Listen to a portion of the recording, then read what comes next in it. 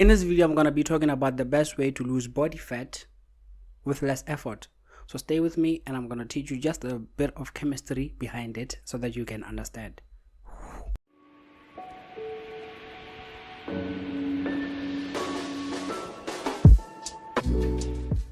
This is a triglyceride and this is a glycogen. Now a triglyceride is a storage form of fat in our bodies. So our body fat cells have this type of molecule inside them. It has a lot of energy compared to the glycogen. So the glycogen is also a storage form of energy in our bodies, but it's stored in our muscles, our liver. But this one is easily available for our bodies. It is stored in our muscles, it's stored in our liver. Now with the triglyceride and the glycogen, which one looks more complicated? So if you said the triglyceride, so your body thinks the same way too. So the complicated molecule is the one that the body doesn't break down easily for energy. But then the glycogen molecule is easily broken down for energy supply. So when we're exercising or doing some form of physical activity, our body utilizes this glycogen to provide us energy efficiently or quickly so that we can use that energy to do whatever activities that we want to do. Now that means if you're using energy from the glycogen, which is stored in the liver and the muscles, so I'm going to focus on the muscles, so that means you lose energy or a bit of muscle tissue in a way. So what we want is to lose fat cells. We want to reduce how much fat cells we have, so we want to utilize how much triglyceride we're breaking in the body so that we reduce our fat cells. They don't die, by the way. So that we reduce our fat cells and then utilizes the fat cells for energy so that we can lose weight without having to do strenuous activities. Now how do we do that? So the glycogen, like I said, it's easily broken down by our bodies to give us energy or quick energy in terms of stress in a way. So it's easily broken down to give us energy. The triglyceride are not easily broken down, so the body needs more energy just to break down or release the energy from these fat cells. So let's say we're running. Running is a high intensity exercise. So what type of energy are we going to get? Obviously we're going to get it from the glycogen stores to make sure that we get that quick boost of energy to continue with our running or our strenuous activity. So the body easily breaks down this glycogen to give us energy so that we can continue with our exercises. Because this is stored in the muscles, if we don't want to lose muscles, we want to lose fats. So we want to make sure that we utilizes the triglyceride or the fat cells to lose energy, to lose weight. We want our bodies to break down the triglyceride instead of the glycogen so that we get energy from our fat cells in a way. Because when we reduce our energy from our fat cells, they shrink and then we get less fat.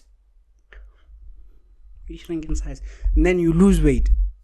Now how do we make sure that we target our bodies to utilize triglyceride instead of glycogen? So there are exercises that make sure that you target the fat cells. So exercises that are low intensity, like walking. So walking is a very good exercise. I encourage everyone to make sure that you get your daily steps in. Your smartwatches, make sure that you utilize them well. Check each and every day if you're reaching your step goals. Usually our phones give us daily targets that we can reach, so make sure that you do get your steps in.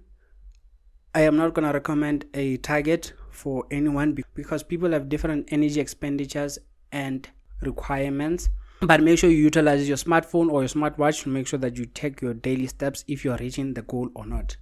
Now, since I said in the beginning that our body utilizes glycogen for energy, as it's readily available, why would it then target the triglycerides if it's not readily available?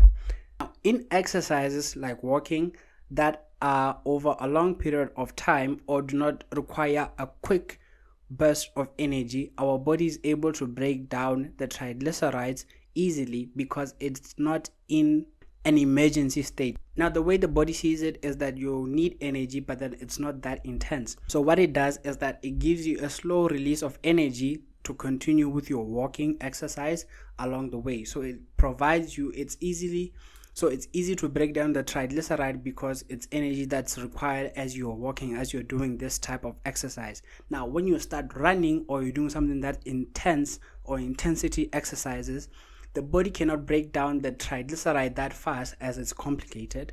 So what it does is it will utilizes the glycogen stores. So high intensity exercises utilizes glycogen stores. So that's why with low intensity exercises like walking, for example, I'm just giving walking as an example, your body start utilizes something that it knows it can break down slowly to give you that low intensity continuation of the exercise. I hope that makes sense. If that doesn't make sense, please tell me and I will try to simplify it even more. Now also you'll be wondering, okay, since low intensity exercises uses triglyceride for energy, then how come people who run marathons or are athletes are always running have a low body fat percentage or low body mass or have low body fat?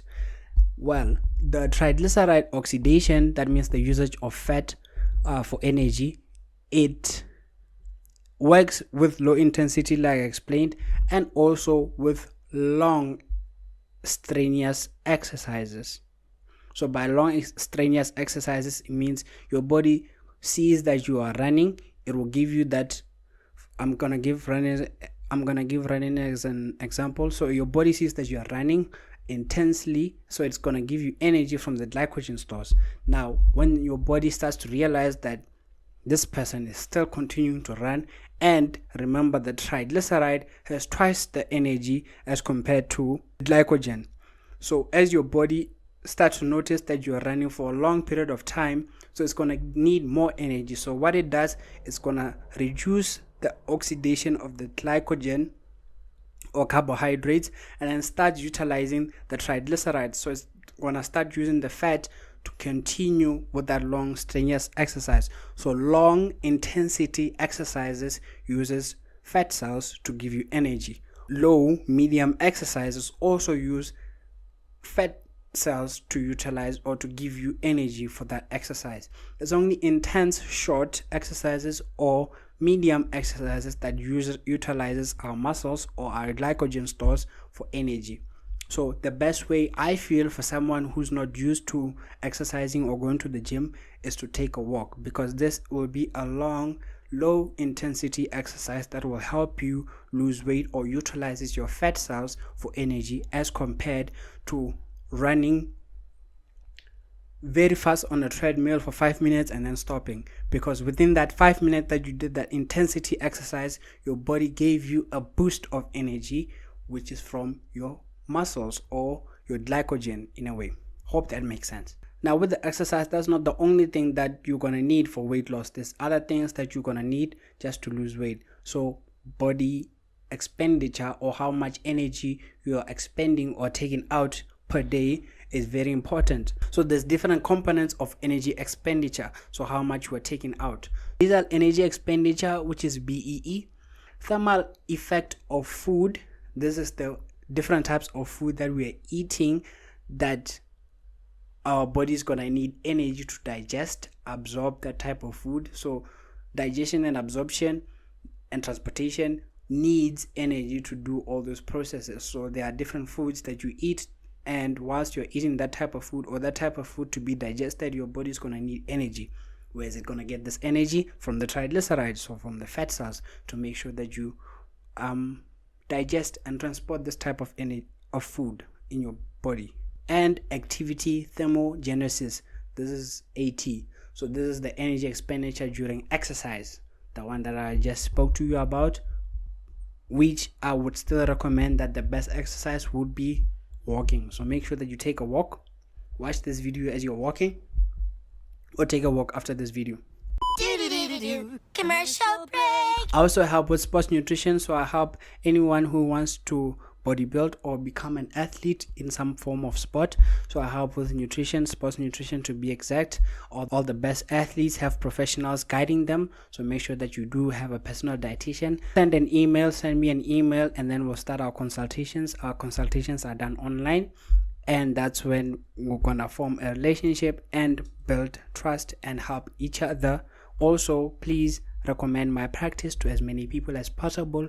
I do online consultations via Teams or Zoom meeting. Thank you. Please share the video. Please share the information. I will appreciate it so much. help me to get as many clients as possible, to become a personal dietitian to as many people as possible via the online space.